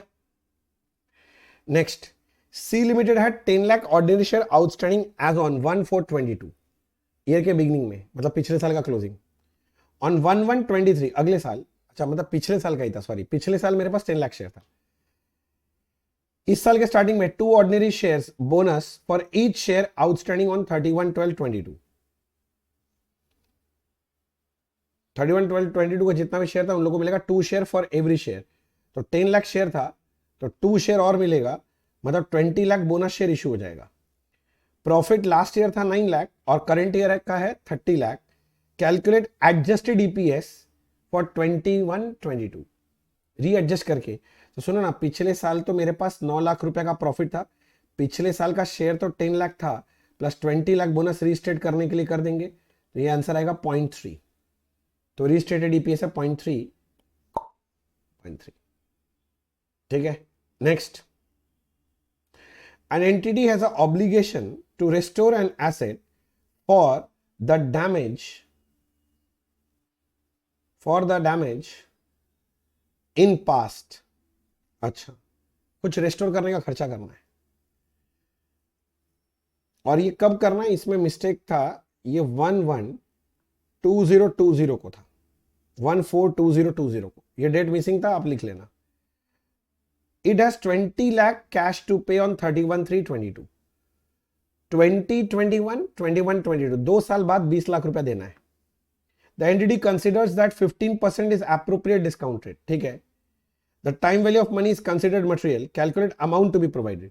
मैंने पहले दिन तुमको कितने का लाइबिलिटी प्रोवाइड करना चाहिए, तो तुमको 20 लाख को 2 साल का डिस्काउंटिंग फैक्टर लगा दो, तो 15% का डिस्काउंटिंग फैक्टर निकालना आता है ना, 1.15 डिवाइड इक्वल्स टू 2 बार दबाओ, 1.15 डिवाइड इक्वल्स टू 2 बार दबाया तो ये कुछ 0.756 कुछ आ रहा है।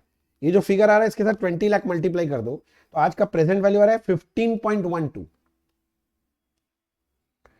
15.12 दिखाई दे रहा है। हाँ, तो 15.12 पहला ही ऑप्शन मिल गया, 15.12। Next, Ind AS 1 presentation of financial statement applies to. Ind AS 1 presentation किसके लिए अप्लाई करता है? Consolidated financial statement in accordance with 110, yes apply होता है।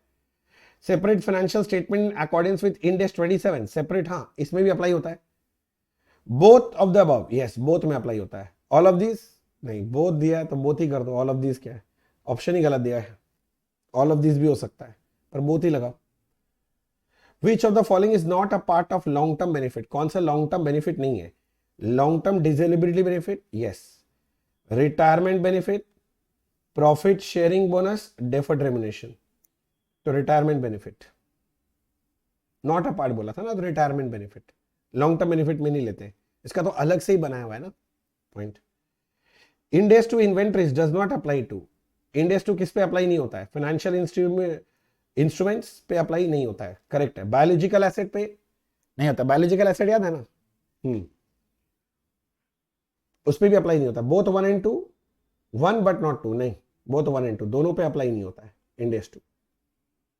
अरे आउट ऑफ स्कोप जो पढ़ाया था इंडेस टू में ये वही है, out of scope. Which of the following is defined contribution plan? इनमें से कौन सा डिफाइंड कंट्रीब्यूशन प्लान है? कौन सा है, समझ रहा है?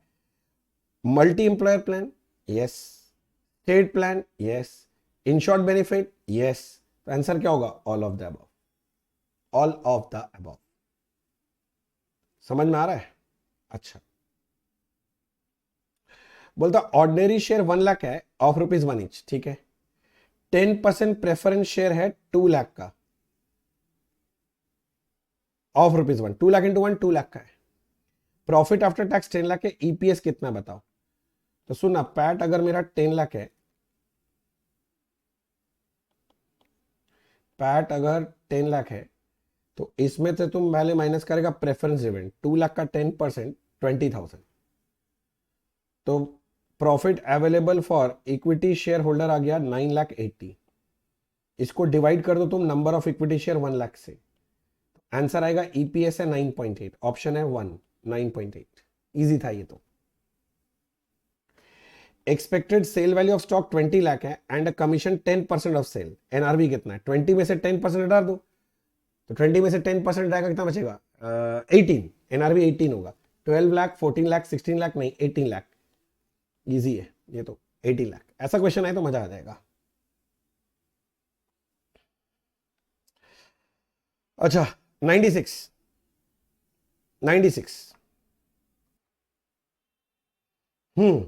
96 the method of presenting net cash provided by operating activity that starts with net income। ये तो वही मेथड है, ये तो नेट इनकम स्टार्ट कर रहा है। इनडायरेक्ट मेथड, इनडायरेक्ट मेथड हो गया। बोलता गिवन सैलरी एक्सपेंस 40 है, outstanding at the beginning of the year 5,000 था, आउटस्टैंडिंग एट द एंड है 10,000। कैश आउटफ्लो कितना हुआ है? तो भैया आउटफ्लो 40,000 था, आउटस्टैंडिंग जो है ऐड कर दो, ओपनिंग आउटस्टैंडिंग और क्लोजिंग आउटस्टैंडिंग लेस कर दो, तो नेट में 35,000 का कैश आउटफ्लो है। कैश आउटफ्लो कितना हुआ पूछा, 35,000। ऑप्शन नंबर ये रहा 3। विच of the following is out of scope of Ind AS 1? कौन सा इसमें से आउट ऑफ स्कोप है इंडेस 1 में से? Financial review by management out of scope, environment report out of scope, value added statement out of scope. तो आंसर है all of this, सारा ही आउट ऑफ स्कोप है। नेक्स्ट, कुछ एक क्वेश्चन है बच्चे, 20-30 तो और क्वेश्चन है, कर लेते हैं फटाफट, फिर ऑडिट का करना है। Which of the following is included in cost of inventory as per Ind AS 2? Included बोला है, अच्छा इज इंक्लूडेड, अच्छा कौन सा इनमें से इंक्लूडेड है? Duties and taxes subsequently recoverable from taxing authority, नहीं वो कॉस्ट का पार्ट नहीं है AS2 के हिसाब से, रिफंडेबल नहीं लेते। Freight inward, yes. रिबेट नहीं लेते, माइनस होता है। ड्यूटी ड्रॉबैक नहीं लेते, तो सिर्फ कौन सा खर्चा में आएगा? Freight inward. ठीक है सर। आगे क्या बोल रहा है, Y limited supply the following information, net profit 21, 22, 23, 24, मतलब ये वाला करंट ईयर, ये वाला previous year. Number of share prior to right 5 lakh है, ठीक है। Terms of right 1 new share for every 4 share head, ठीक है। राइट प्राइस 20 है, किंतु fair value of 1 ordinary share right के पहले 25 है। बोलता राइट फैक्टर कितना है। राइट फैक्टर कैसे होता है पता है ना, fair value market value divided by x right price. तो भैया सुनो, एक्स राइट प्राइस कैसे निकालेंगे, एक शेयर राइट प्राइस में 20 करने से 20 आ रहा है, 4 शेयर 25 में 100 रुपया, तो टोटल 120। इसको divided by number of total share है 5 कीजिए, कितना का 24। तो राइट एडजस्टमेंट फैक्टर होगा 25 बाई 24, 25 डिवाइड बाई 24, 1.04 आ रहा है आंसर, 1.04 ये आंसर होना चाहिए। 2.5, 1.92 नहीं, 1.04 मिल गया। Option number 3, 1.04 right adjustment factor. ये तुम्हारा वो इंडेस 33 ईपीएस वाला से, ईपीएस वाला का नॉलेज से था। बोलता है dash is the price that would be receive to sell an asset or paid to transfer a liability in an ordinary transaction between market participants in the measurement date. इसको कौन सा price बोलते हैं, measurement date के दिन जो value होता है बैलेंस शीट डेट के, उसको फेयर वैल्यू बोलते हैं। Market value fair value, fair value value news current cost net relative, तो फेयर वैल्यू करेक्ट ऑप्शन। उसके बाद है which of the following is included in cost of inventory as per Ind AS 2। कौन सा include होगा, तो वही ऊपर वाला ही क्वेश्चन आ गया, फ्रेट इनवर्ट सेम है क्वेश्चन, तो मैं समझा नहीं रहा। उसके बाद है event occurring after reportable period are those events that occur between, event occurring after balance sheet date, तो reporting date and approval date के बीच का दिन होता है, reporting date and approval date, option number 2। ये वाला लास्ट है यहां तक, उसके बाद बीच में ऑडिट है, वो बाद में करेंगे, पहले अपने लोग अकाउंट्स का सारा क्वेश्चन उठाएंगे, ठीक है ना। How many types of employee benefit are there in Ind AS 19। Ind AS 19 में टोटल 4 तरह का बेनिफिट का बात किया, 4 1 2 3 4, ऑप्शन है 4, 4 तरह का बेनिफिट का बात किया, ठीक है। अब इसके बाद तुम्हारा कॉर्पोरेट अकाउंट्स का क्वेश्चन है, ऑडिट क्या है वो बाद में देखते हैं, पहले कॉर्पोरेट कर लेते हैं। फिर चालू हो रहा है 167 से, 167 कहां है, आने दो आने दो, ये लो 167। फिर बोलता है वापस से फोरफीचर मींस, फोरफीचर किसको बोलते हैं, forfeiture means issuance of new share, buyback of share, cancellation, हाँ cancellation of share due to non payment of call money, ये फोरफीचर ऊपर में था ये वाला क्वेश्चन। अच्छा, after forfeiture the forfeited shares can be reissue कर सकते हैं, it can be reissued, forfeiture के बाद रीइश्यू हो सकता है। Right shares are generally offered in the proportion to, right share किस रेशियो में दिया जाता है, शेयर्स ऑलरेडी हेल्ड, रेशियो देता है ना 1:4, तो जो हेल्ड करे उसके बेसिस में राइट शेयर दिया जाता है। Buyback of share reduces paid up capital, ऊपर था पहले ऐसा क्वेश्चन, पेड अप कैपिटल। अच्छा, फिर बोलता है a company announces bonus in the ratio 2:5, मतलब 2 new shares will be given bonus share for every 5 old shares. A share holder holds 1000 share, how many bonus share will he receive. अगर 1000 share उसके पास है, उसको मिलेगा 2 for every 5, that is 400 share मिलेगा, 400, तो ये option number 2 है, 400। Next, a company buybacks, a company buyback 5000 share of 10 each at 12, company buyback कर रहा है 10 each at 12, 2 rupees premium on buyback है। What is the total amount paid for buyback, तो पे कितना करना पड़ेगा, 5000 इंटू 12, 12 5 60, तो 60,000 पे करना पड़ेगा टोटल, 60,000, ऑप्शन नंबर 2। ये सब तो इजी है, ऊपर घटिया घटिया क्वेश्चन भरा था थ्योरेटिकल, क्या बोलो क्या करोगे, पूछ रहा है तो करना ही पड़ेगा। 173, a company issued 8,000 shares and received application for 10,000, apply, तो अलॉट होगा 8,000. Pro rata allotment is made, person applied for 500, उसको कितना शेयर मिलेगा पूछ रहा है. तो सुनना, जो लोग 10,000 शेयर अप्लाई करता है उनको 8,000 शेयर मिलेगा. जो एक अप्लाई करेगा उसको 8,000 बाई 10,000 मिलेगा. तो जो आदमी 500 के लिए अप्लाई किया है उसको इंटू 500 कर दो. तो इंटू 500 करने से कैलकुलेटर कहां गया, ये रहा. 8,000 डिवाइड बाई 10,000 इंटू 500, उसको 400 शेयर मिलेगा. 400 कितना मिलेगा, 400. ऑप्शन ये रहा, ऑप्शन नंबर 2, 400. बस ठीक है, 400 शेयर मिलेगा. Next, a company issued 5,000 shares of 10 each eight a premium of 2 पर शेयर. ठीक है, 10 का शेयर है, 2 रुपए प्रीमियम है. What is the total amount of security. ए यार 2 रुपए करके प्रीमियम है, 5,000 शेयर पे, तो कितना होगा, 10,000 रुपए. 60, मैं ठीक बोल रहा हूं ना. A company issued 5,000 share of 10 each at a premium of 2 per share. What is the total amount of securities premium? हाँ ठीक है, 5,000 to 10,000, 10,000 है, 10,000. Option number 3, 10,000. नेक्स्ट, फिर क्या बोलता है, employees granted 10,000 stock option at 60. ठीक है, market price at the time of exercise is 100. What is the total gain to employ. तो टोटल गेन हो जाएगा 40 इंटू 1000, 40,000.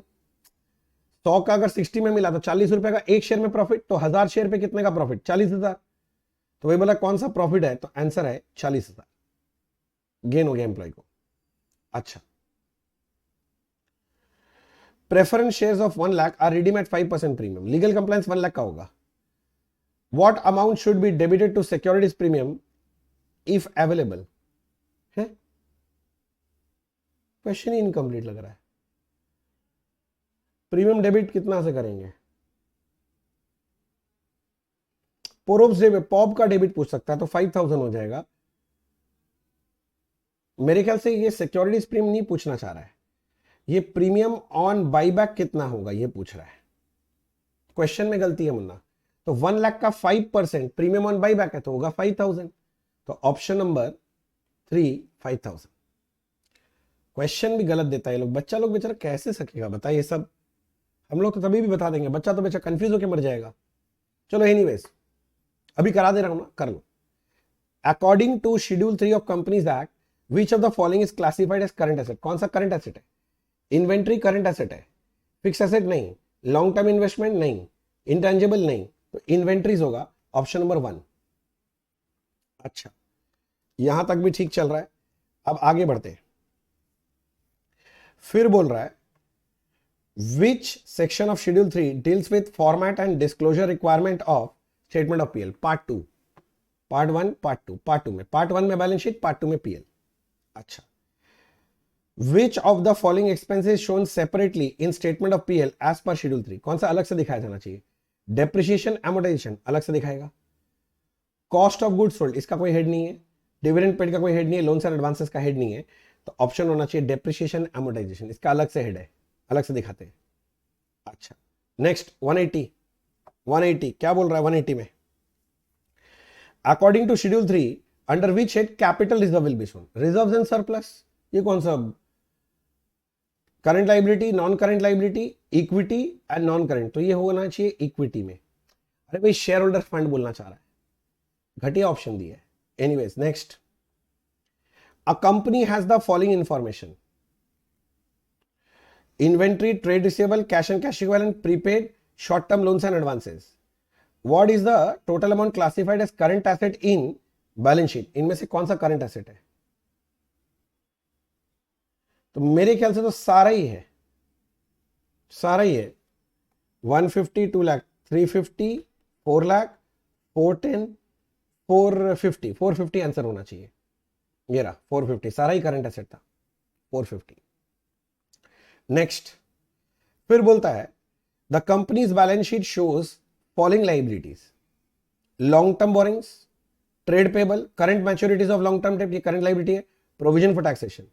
मतलब करंट लाइबिलिटी हेड में कौन कौन सा आएगा, करंट लाइबिलिटी में ट्रेड पेबल 1 लाख आना चाहिए, ये 80, 180 और 50, तो 230 आना चाहिए.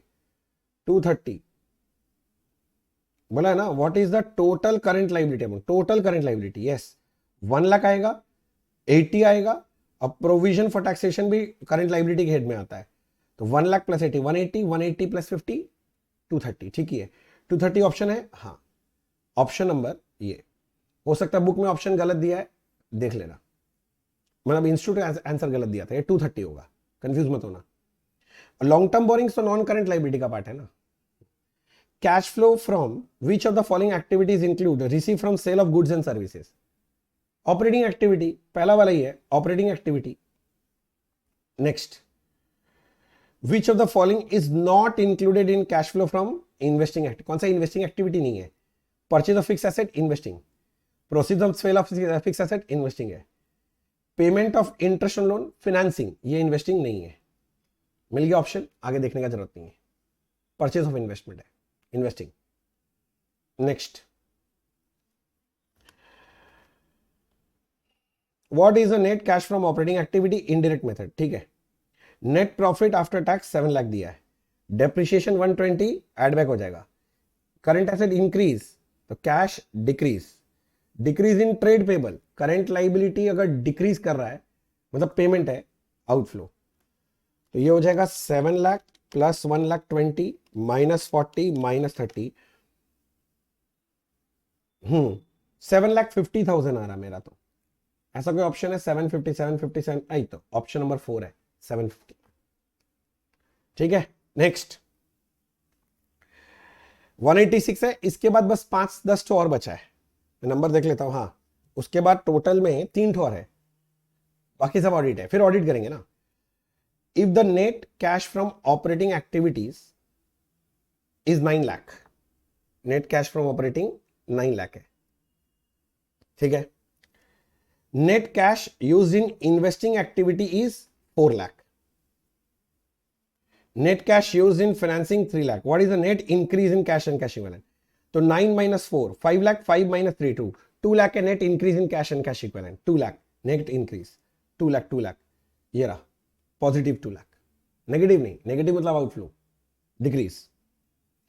यहां तक हो गया, अब बस ऑडिट का ही है, अब ज्यादा नहीं बचा है, 4 ठो क्वेश्चन बचा है, 237 से है, कहां गया 237।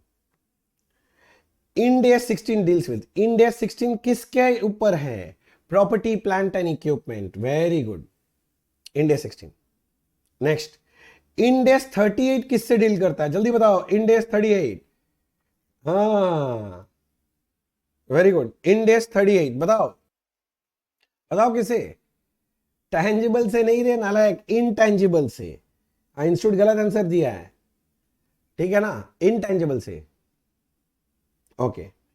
Ind AS 33 relates to EPS, earning per share, ये तो अर्निंग पर शेयर है, ये तो पता है सबको। इंड AS 21 किससे डील करता है बताओ? Ind AS 21 effects of changes in foreign exchange, foreign exchange से डील करता है, पहला वाला ही ऑप्शन है फॉरेन एक्सचेंज। बस बचे, इसी के साथ हमारा जो कॉर्पोरेट का क्वेश्चन है ना वो तो कवर हो गया।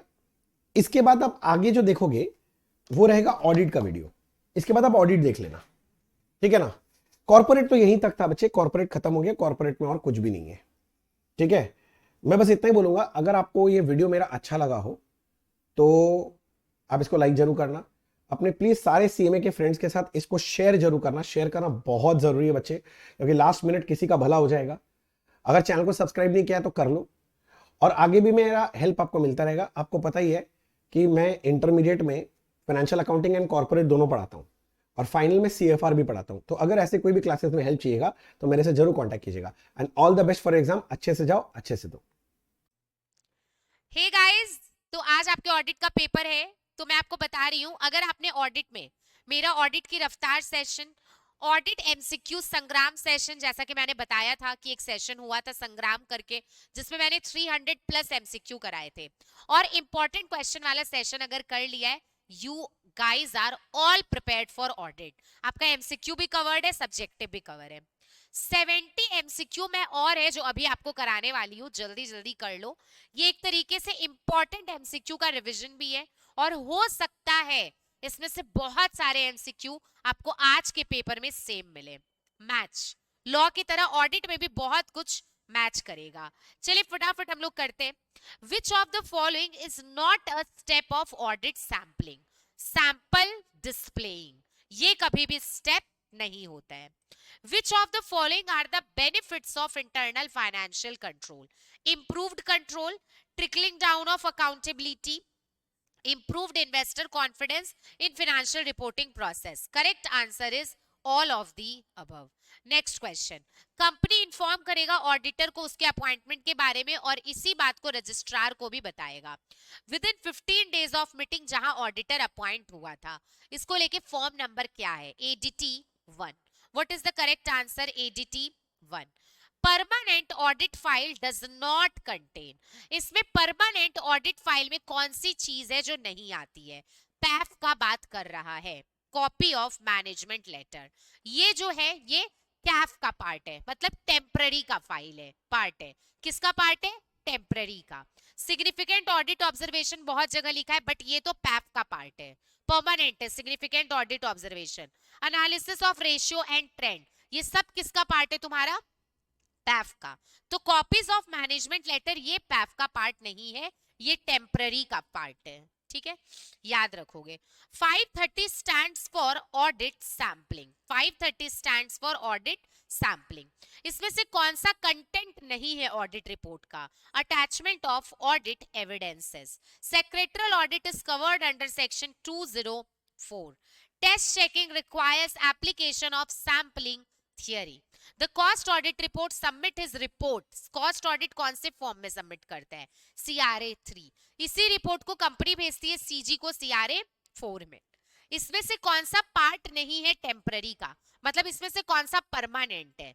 ठीक है, legal and organisational structure of the company, ये पैफ का पार्ट है, परमानेंट का पार्ट है। कौन सी 3 पार्टी इन्वॉल्व होती है ऑडिट में? एक तो क्लाइंट, एक ऑडिटर और एक ऑडिटेड, ठीक है। Statutory auditor can be removed by the shareholder. A nomination and remuneration committee, इसमें मिनिमम कितने डायरेक्टर होंगे? 3।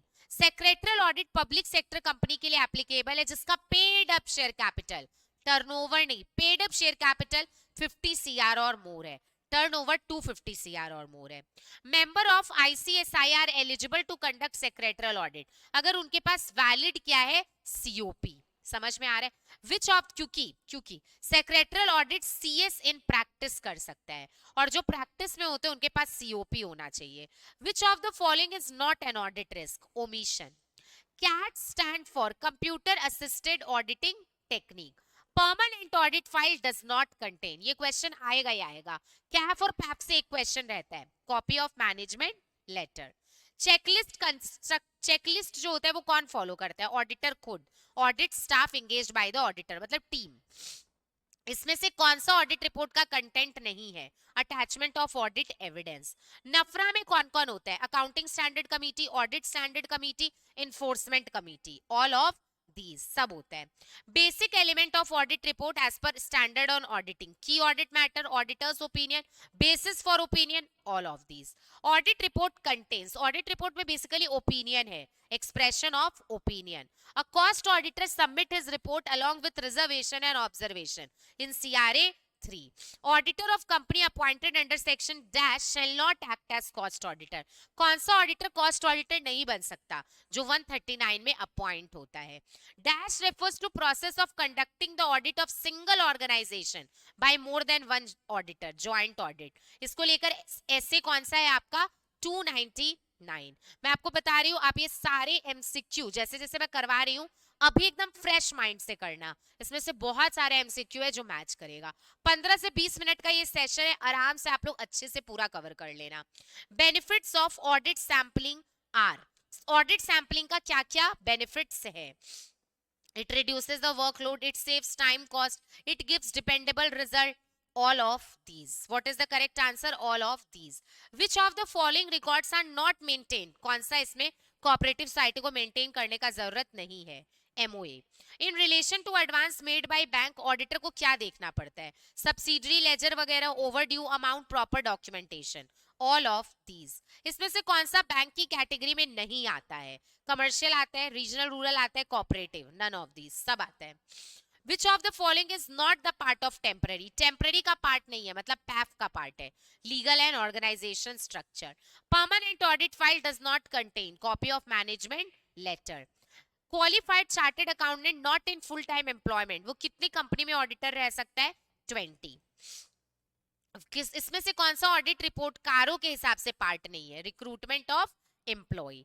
अ cost auditor submit his report along with reservation and observation in form CRA 3। एक बात याद रखना, CRA से भी एक MCQ होता है। CRA 1 में कंपनी जो होती है कॉस्ट रिकॉर्ड को मेंटेन करती है, CRA 2 में CG को बताती है about appointment of cost auditor, CRA 3 में कॉस्ट ऑडिट रिपोर्ट देता है, कॉस्ट ऑडिट रिपोर्ट देता है, और इसी रिपोर्ट को कंपनी सबमिट करती है टू CG। ठीक है, next question. Any casual vacancy in government company, पहले CAG फिल करेगा विद इन 30 डेज, CAG नहीं कर पाया तो बोर्ड करेगा 30 डेज। अगर हम लोग UDA अनपेड डिविडेंड अकाउंट में पैसा डालने में डिफॉल्ट करते हैं, कंपनी को इंटरेस्ट देना पड़ता है 12%। Audit is derived from Latin word audire. ठीक है, इसमें से कौन सा अर्बन सेल्फ गवर्नेंस का पार्ट नहीं है ना? MC म्यूनिसिपैलिटी कॉर्पोरेशन, म्यूनिसिपैलिटी इस तरीके से याद कराई थी, नोटिफाइड एरिया तो म्यूनिसिपल कॉर्पोरेशन है, टाउन पंचायत भी है, म्यूनिसिपैलिटी तो है, म्यूनिसिपल सोसाइटी पार्ट नहीं है। As regard to related party transaction, इसमें कौन सा डॉक्यूमेंटेशन का पार्ट नहीं बनेगा? Document management representation, related party transaction policy, documentation की ट्रांजैक्शन आर्म लेंथ प्राइस पे हुआ है, ठीक है, ये डॉक्यूमेंटेशन की transaction are close length basis, ये डॉक्यूमेंटेशन का पार्ट नहीं बनेगा। Which of the following statement is appropriately suited to preparation of audit documentation? Audit documentation कब बनता है? Audit report issue होने के 60 दिन के अंदर अंदर। Audit documentation is owned by auditor, याद रखना। An important factor determining the form, context and extent of audit documentation in extent of dash exercise in performing the work, professional judgment. Dash refers to record of audit procedure, audit evidence, conclusion, audit documentation. Which of the following does not fall within the meaning of audit documentation? Oral discussion. Which of the following is not likely a purpose of audit documentation? है ना? It can directly help the auditor in expanding client base. ये purpose नहीं होता है। Dash may be defined as one or more folder, storage media, ये सब याद ही होगा, audit file, ठीक है। Which of the following is not a purpose of audit documentation? Engagement partner अपनी रिस्पॉन्सिबिलिटी से छुटकारा पा ले इसलिए नहीं, ये पर्पस नहीं है। अकाउंटेबल रहे, क्वालिटी कंट्रोल रिव्यू हो सके, एक्सटर्नल इंस्पेक्शन हो सके, ये तीनों पर्पस है।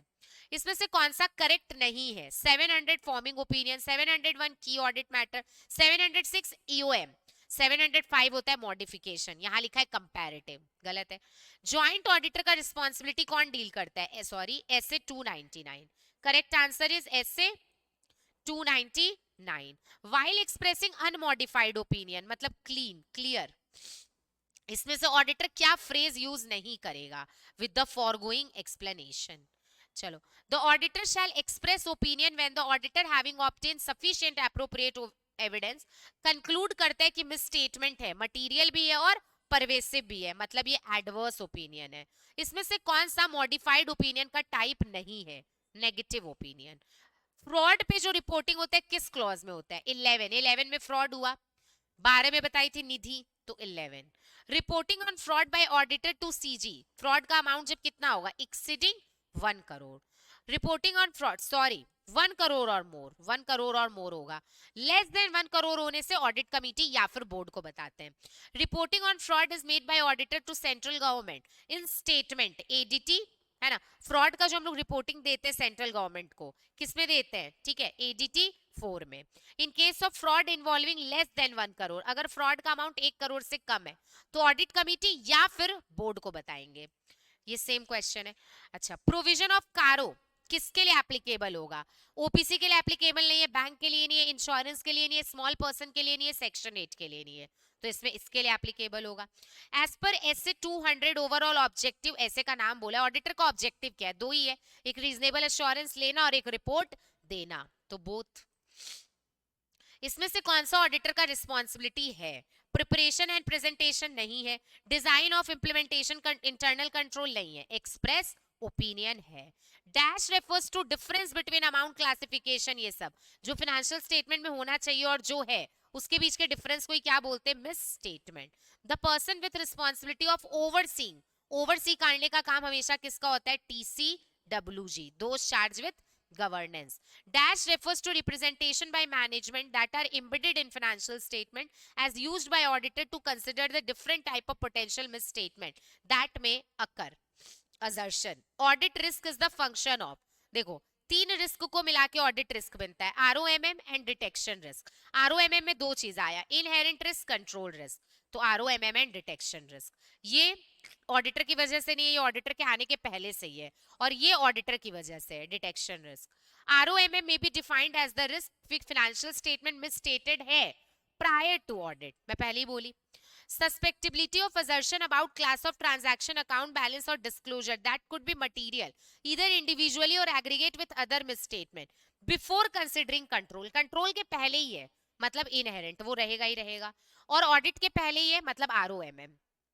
Risk of material misstatement has to component, कैसे, ROMM में दो चीज होते हैं, एक होता है इनहेरेंट रिस्क और एक होता है control risk. Audit evidence include information in accounting record and other information. Both information in accounting record and other information. Last question for the day. Mr. H and his team member carefully watched the whole process of counting of finished wooden door by employee. एक employee है जो door है उसका counting कर रहा है, ये किस चीज का एग्जाम्पल है, और ऑडिटर वहां पे देख रहा है, ऑडिट ऑब्जर्वेशन। तो ये 70 MCQ मैंने आपको और करवा दिए, मैं पहले ही बोल चुकी हूँ ऑडिट का संग्राम आई होप आपने कवर किया है। बाई चांस आपका मिस हो गया है, मैं बता देती हूँ ये हमारे चैनल पर ही है, आप लोग अभी के अभी जाके उसको कवर कर लो, ठीक है, थोड़ा स्पीड में कर लेना, 2 घंटे का सेशन है, लेकिन जरूर से जरूर आपको इसको कवर करना है। मैं अभी आपको दिखा देती हूँ गाइज,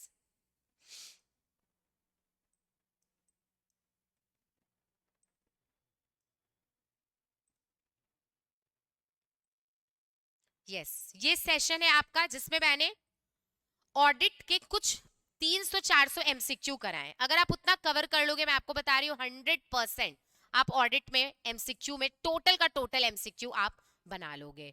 तो बस आज का सेशन यहीं तक था, आप फटाफट ऑडिट के MCQ रिवाइज कीजिए। अगर आपको ऑडिट संग्राम मिस हुआ है जाके ये सेशन कर लो, ठीक है, मेरे चैनल पर ही आपको मिल जाएगा, मैं प्लेलिस्ट में भी मैंने डलवा दिया है, बस ये कंप्लीट कर लो। अगर आप इतना कर लोगे you are passed in audit, और MCQ तो एकदम सॉर्टेड है।